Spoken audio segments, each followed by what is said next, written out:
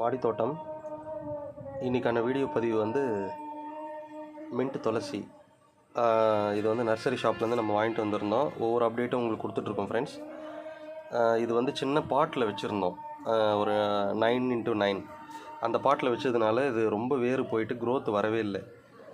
அப்புறம் என்னாச்சுன்னு பார்த்தீங்கன்னா 12x12 அந்த பேக்கில் வந்து க்ரோ பேக்கில் மாற்றிட்டோம். அதை மாற்றிட்டதுக்கப்புறம் பார்த்தீங்கன்னா நிறைய வந்து மின்ட் துளசி வர ஆரம்பிச்சிடுச்சு. இப்போது ஃபுல்லாக ரூட்டு ஃபுல்லாக மின்ட் துளசி தான். ஸோ இதுவும் வந்து இன்னும் கிரவுண்டில் வச்சிங்கன்னா அப்படியே வந்து அந்த வேரெல்லாம் படர்ந்து ஃபுல்லாக வந்துடும் ஃப்ரெண்ட்ஸ்.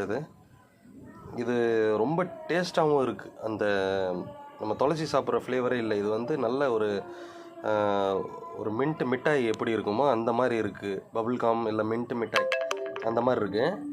இதுவும் நீங்கள் வீட்டில் வச்சுருந்தீங்க அப்படின்னா க்ரோ பேக்கில், பெரிய க்ரோ பேக்கில் வைங்க. இந்த ஸ்கொயர் ஷேப்பில் வருது பாருங்கள், அந்த க்ரோ பேக்கில் வைங்க. இப்போதைக்கு நாங்கள் டெம்பரவரியாக ரவுண்டு க்ரோ பேக்கில் வச்சுருக்கோம்.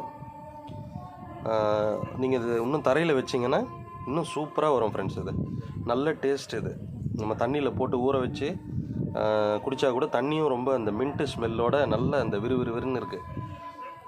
ஸோ இதை நீங்கள் யூஸ் பண்ணி பாருங்கள் ஃப்ரெண்ட்ஸ்.